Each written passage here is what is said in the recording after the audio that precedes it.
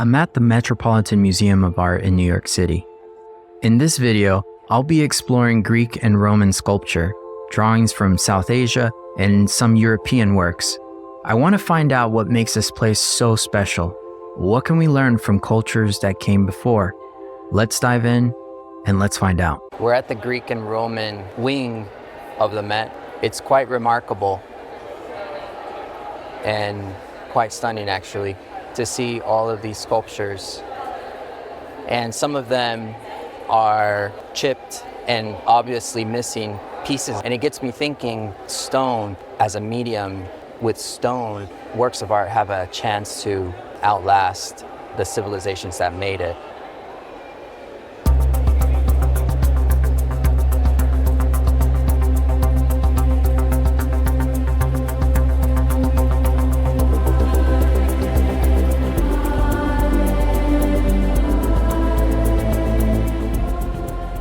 What I find fascinating about these marble sculptures is the beautiful designs and the classical proportions that the Greeks and the Romans, actually the Greeks pioneered. There's something beautiful about them. This is a great example of the busts made of important figures, in this case, Socrates. You can see that the bust itself has been a little bit damaged, but that doesn't take away from the beauty of the proportions and the craftsmanship that went into making this work. Over 30 Roman copies of this portrait type are known to exist, so he was pretty well known. In this other side, we have Homer.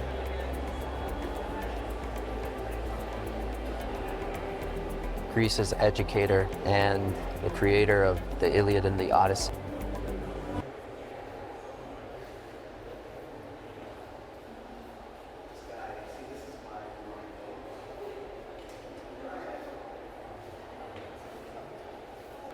This image is of Aphrodite, the goddess of love and beauty, made in the 2nd century. Oh, this is cool. What are we looking at? The wall paintings in the cubiculum, executed in the fresco technique, are among the most complete and important to have survived from antiquity. They have been cleaned recently, and old sills have been replaced. The room has been reconstructed here to give an impression of its original appearance.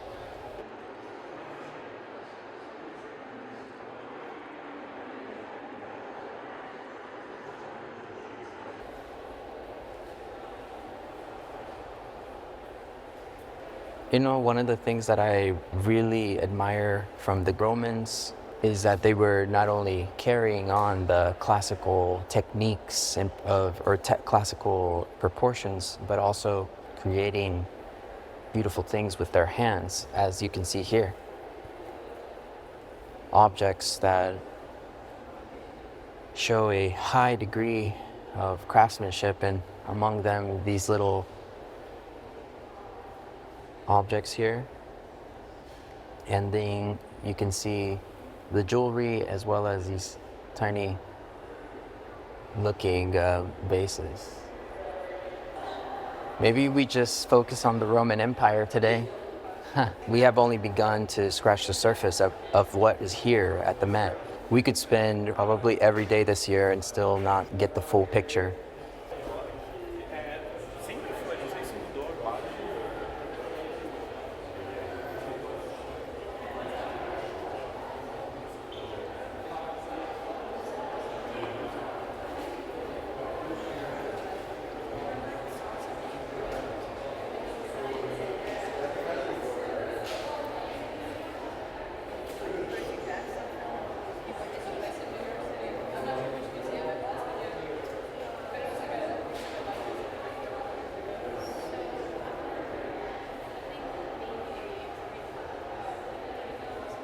This is really interesting. It's a mosaic. Two individuals who are dressed in Egyptian dress. Maybe it's the beginning of two cultures coming and meeting each other.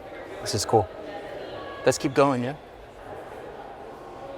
Oh yeah, we're about to see the currency.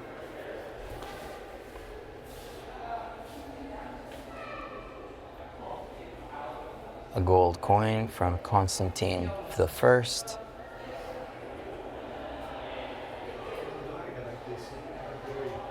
Imperial mints. You have gold, you have bronze.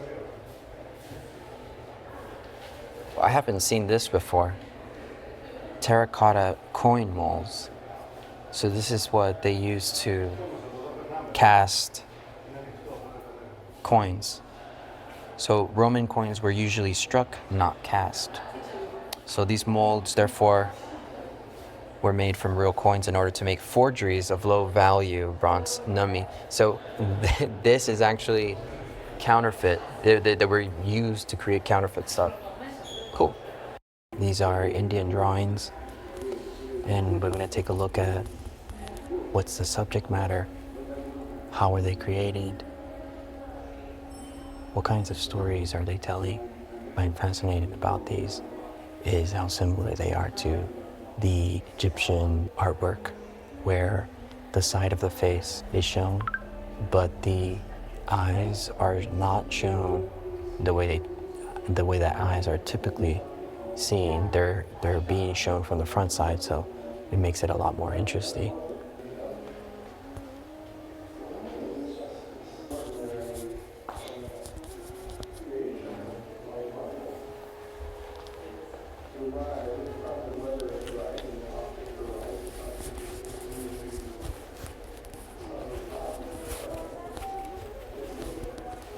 Here we're looking at some cartoons for a wall painting, and these drawings are typically used to plan out final paintings. They're sort of the initial blueprints of what will become a painting. Your phone is making sounds.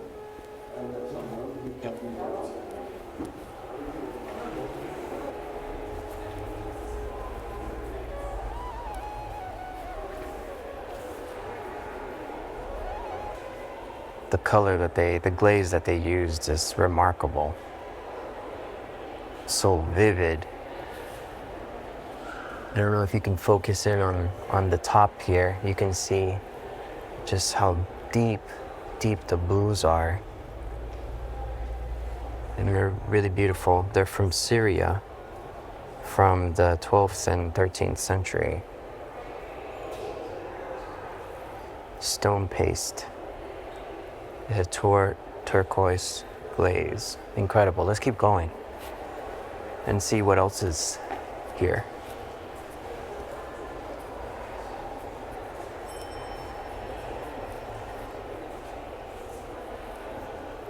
We have a lot of turquoise figures.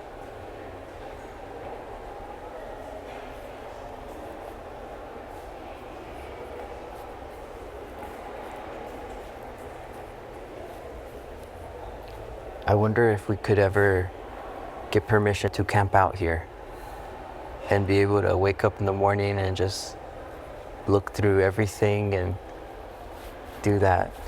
I wonder if anyone has tried to see everything. I wonder how long it would take.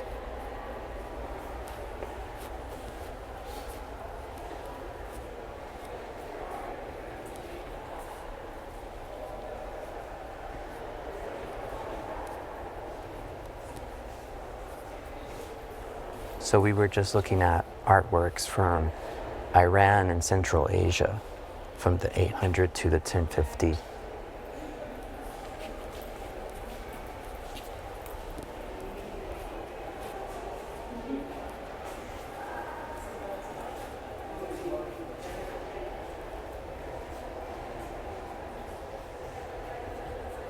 In every culture, every single piece of dishware, every detail has been considered, tells a story about that culture, about what kinds of crafts they cared about, what kinds of proportions, what they believed in. It's very powerful to see.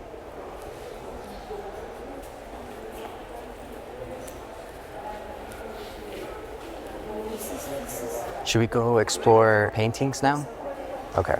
At the beginning, we were looking at the marble sculptures, and marble is beautiful and expensive material. I recently learned that Auguste Rodin used mud to create his sculptures, which he casted out of bronze. That's what gives the texture that you see here, which is interesting as a contrast to the fine, smooth surfaces of classical sculpture from the Greeks and the Romans. So let's take a look around and see what we find.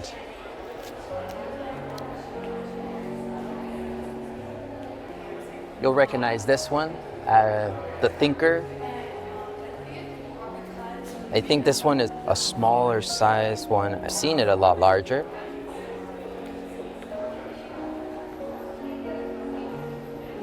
There's a painting here that's one of my favorites, and it shows an artist fallen in love with their work, and the work has come to life, and I want you to see it.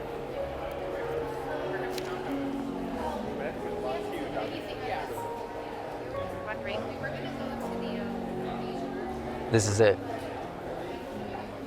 The work is by Jean Leon.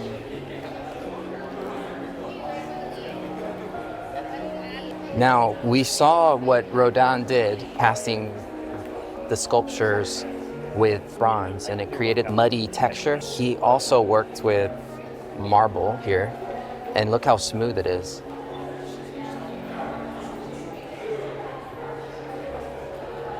Beautiful design.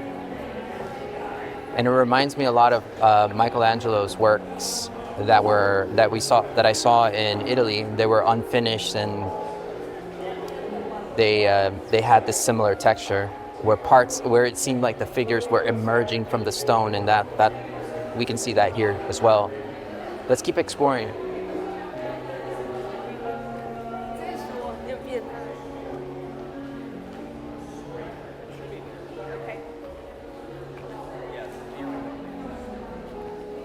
Okay, now we're entering one of my favorite sections.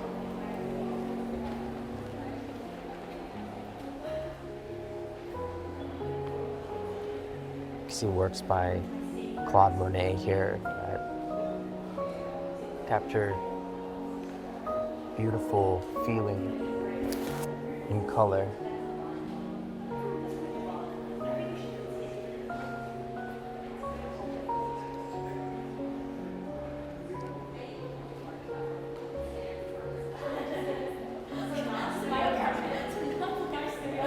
I think Claude Monet was all about the vibes, and you can see that in the way he depicts reality, or his reality, or what he wants us to see. It's more about the feeling rather than the contents. Instead of showing us what the thing is, he's trying to show us what the thing is making him feel.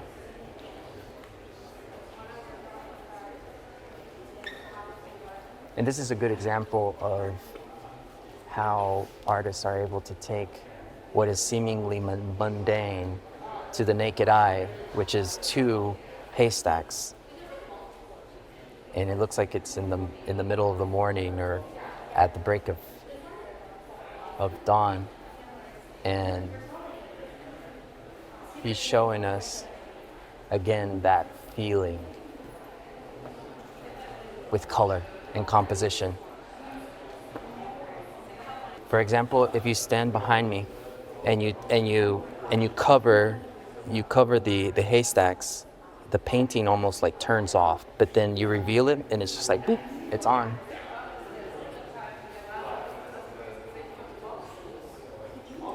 This is a work by Paul Cézanne. It's called The Seated Peasant.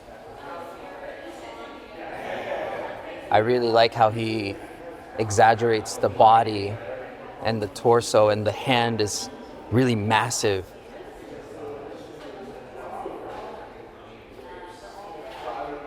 And the head is just, he captures the feeling so well. And it's very different from what he's usually known for, which is the still lifes, where he sort of laid down the foundation for future artists to explore capturing time, most notably the Cubists. Here's another portrait as well. This was the artist's uncle as a monk, his maternal uncle. And I love the application of paint here. If you notice, there is this like three-dimensionality about the way the paint is being placed on the canvas, which is really something that you can't really appreciate when you take a picture of it. You kind of have to be here for it.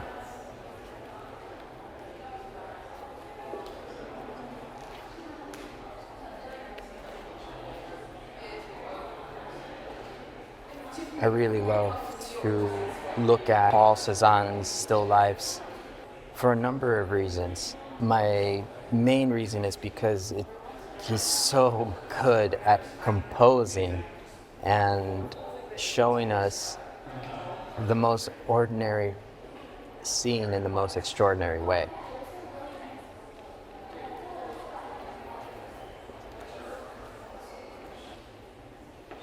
And as you can see, he was quite obsessed with still lifes. And I'm always asking myself, what was he looking for? What was it that kept him coming back to that same subject? Did he ever find it? Who knows? Here's another one.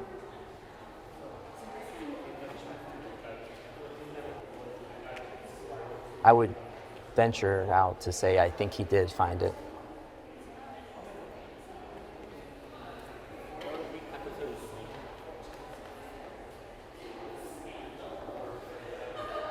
Really like the figure here with the blue coat on. It's just so good.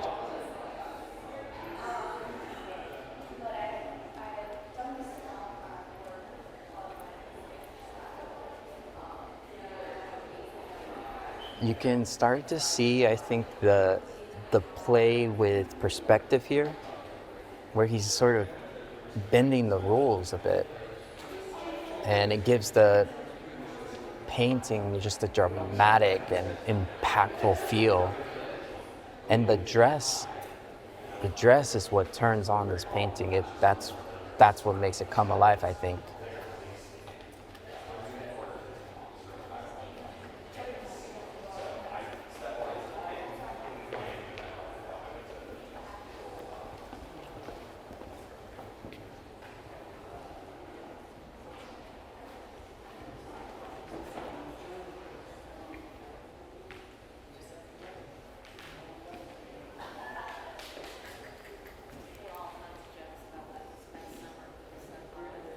Oh, yeah.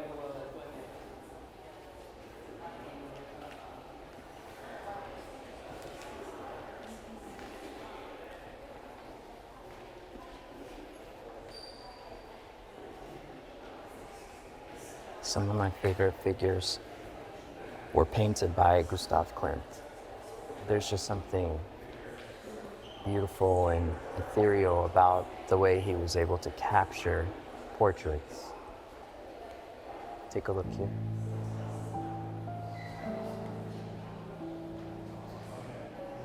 It almost seems like the face is emerging from the canvas just for a little bit, just to show you her soul.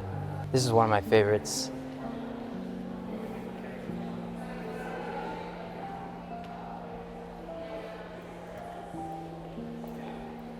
Just captures a poet.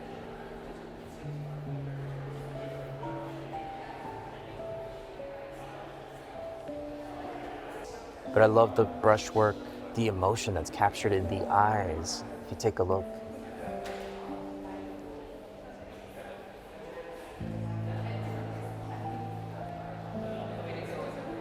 Because I remember.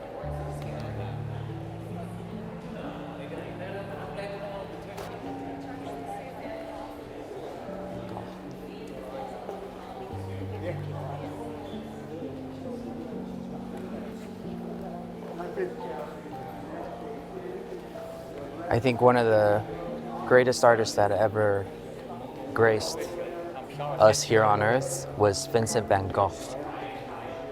Look at these paintings. This painting's a great example of his talent for capturing the sublime in landscapes.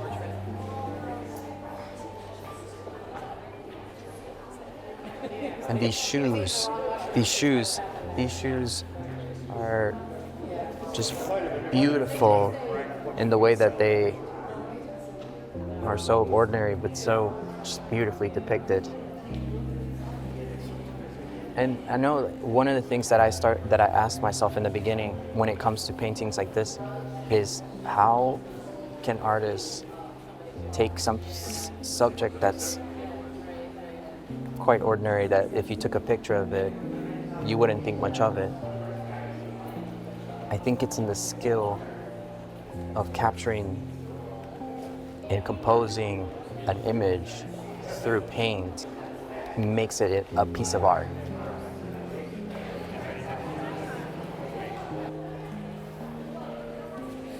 Something to think about is Vincent always struggled with being able to sustain himself financially, and paying models was oftentimes not an option. So what he did was paint himself. And this portrait, I think, is a beautiful demonstration of how much growth he had accomplished. So you could take a look at it.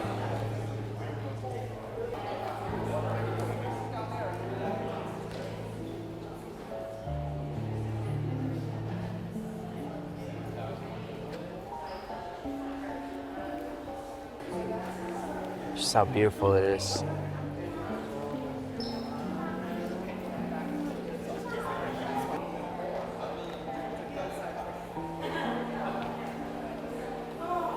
What makes this extraordinary is that he's taken something ordinary and transformed it and shown us something we can appreciate.